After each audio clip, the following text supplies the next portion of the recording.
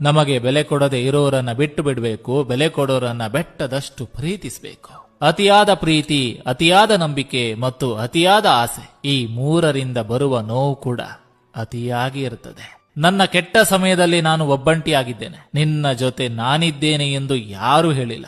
ಬಿಟ್ಟು ಹೋದವರೇ ಹೆಚ್ಚು. ಬಿಟ್ಟು ಹೋಗಿದ್ದು ಒಳ್ಳೇದೇ ಆಯ್ತು. ನನಗೆ ನಾನೇ ಅನ್ನೋ ಸತ್ಯ ಆದ್ರೂ ಕಲಿಸಿ ಹೋದ್ರು. ಮನುಷ್ಯರಲ್ಲಿ ಬದಲಾವಣೆ ಇರಬೇಕು ನಿಜ, ಆದ್ರೆ ಇನ್ನೊಬ್ಬರನ್ನ ಕಳೆದುಕೊಳ್ಳುವಷ್ಟು ಬದಲಾಗಬಾರ್ದು. ಒಂದು ವಸ್ತು ಒಡೆದು ಹೋದರೆ ಅಲ್ಲಿ ಶಬ್ದ ಮಾತ್ರ ಬರ್ತದೆ, ಮನಸ್ಸು ಒಡೆದು ಹೋದ್ರೆ ಅಲ್ಲಿ ನಿಶಬ್ದ ಮಾತ್ರ ಉಳಿಯುತ್ತದೆ. ಮನಸ್ಸಲ್ಲಿ ನೋವು, ಮುಖದಲ್ಲಿ ನಗು, ಇಷ್ಟೇ ನನ್ನ ಜೀವನ.